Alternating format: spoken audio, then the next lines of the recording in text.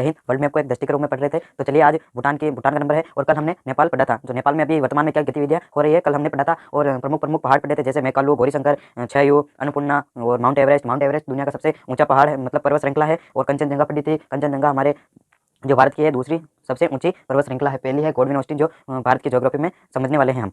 और अब आते हैं भूटान के अंदर। जो भूटान जो है इसकी वर्तमान में राजधानी है थिम्पू, और जो इसकी सांस्कृतिक राजधानी है वो है पारो। अभी भी वर्तमान में इसकी सांस्कृतिक राजधानी पारो है। और इसकी जो सब कार्यकाल मतलब राजनीतिक कार्यकाल जो है भारत संभालता है। मतलब इसकी कोई आर्मी नहीं है। इसकी जो आर्मी यहाँ पर बॉर्डर पर रहती है, इसकी चीन और भूटान की बॉर्डर पर, वो हमारी इंडियन आर्मी रहती है। मतलब जो गोरखा और असम रेजिमेंट्स है ये सभी यहाँ पर रहते हैं। और यहाँ पर अभी वर्तमान थोड़े दिनों पहले चीन जो है भूटान तक रोड लाने की मतलब साजिश में था, पर डोकलाम में रोड बना रहा था, पर इंडियन आर्मी ने उसको इंडियन आर्मी और चाइना की आर्मी बहुत दिनों तक यहाँ पर मुठभेड़ हुई, जो डोकलाम जो शहर है यहाँ पर। और यहाँ पर 2-3 दोगाछू ताला परियोजना और बहुत सारी जो बिजली परियोजना है वो भारत चला रहा है जो भूटान में। और भूटान को मतलब पैसे वैसे नहीं देने पड़ते हैं, सब वैज्ञानिक भूटान के, और सब कुछ भूटान का मतलब सामान भूटान का, और बिजली का उत्पादन होता है और भूटान उस बिजली को लेता है। और बची हुई जो बिजली होती है वो भारत पैसे में लेता है। यही अगर चाइना अगर उसमें बिजली उत्पादन करता तो अब तो वो गरीब ही हो जाता भूटान।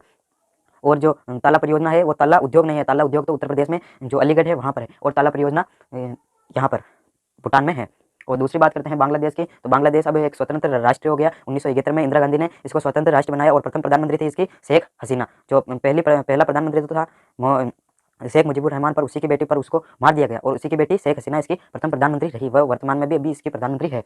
और अब बांग्लादेश को अलग राष्ट्र कैसे बनाया गया वो बता देता हूँ। तो सबसे पहले ये पाकिस्तान का ही एक हिस्सा था। इधर भी पाकिस्तान था और इधर भी पाकिस्तान। इसको बोलते थे पूर्वी पाकिस्तान और इसको बोलते थे पश्चिमी पाकिस्तान। ये दो पाकिस्तान थे। और इधर के लोग बहुत काले हुए करते थे, मतलब बंगाल के ये वाला सभी इलाका सब काले रहते हैं इधर। और ये वाले इनको गाली देते हैं कि ये बहुत काले हैं, ऐसे हैं ऐसे। और फिर यहाँ का जो मतलब इन दोनों का एक ही प्रधानमंत्री था यहाँ का, शेख मुजीबुर रहमान। और इसको फिर जेल में डाल दिया गया, और फिर मतलब इसको जेल में डाल दिया गया। और फिर आर्मी मतलब इंडियन आर्मी यहाँ पर गई, और मतलब पाकिस्तान आर्मी यहाँ पर मतलब मारदार चालू कर दी। और फिर इंडियन आर्मी यहाँ पर गई और सबको मतलब हटाया यहाँ से, और हमारी जो जल सेना थी वहाँ से भी मारी। और वहाँ इंडियन नेवी का जो सबसे बड़ा जो वहाँ का जहाज़ था वो INS विक्रमादित्य था और विक्रांत था।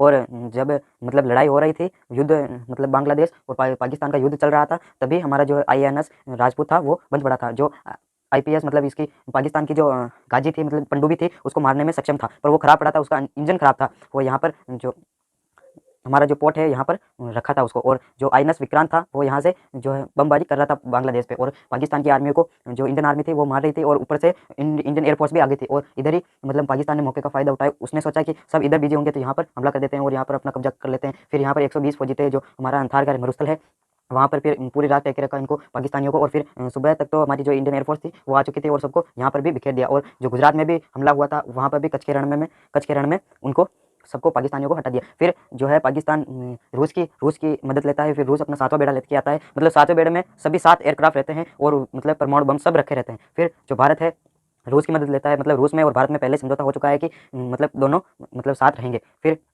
रूस अपना 40वां बेड़ा लेके आता है, और फिर यहाँ पर दोनों मतलब रूस अपना कह देता है कि आप एक भी कदम आगे हुए हमारे परमाणु बम तैयार है, मतलब एक भी कदम थोड़ा सा भी आगे आए और ये चल जाएगा, मतलब इसको रोक नहीं सकते फिर। और यहाँ पर अफ्रीका के जो देश है वहाँ पर रूस की आर्मी रुकी हुई थी, और यहाँ पर जो जो INS विक्रांत था वो यहाँ से बमबारी कर रहा था जो पूर्वी पाकिस्तान पे। और फिर जो गाजी थे मतलब ये पनडुब्बी थी वो आई और यहाँ तक आई, और फिर मतलब इनको INS विक्रांत को तो यहाँ छुपा दिया गया, और गाजी ही INS ये राजपूत ही था जो ना मतलब ये गाजी को मार सकता था। फिर इस पनडुब्बी को यहाँ तक लेके आए। वो कैसे लेके आए मैं बताता हूँ।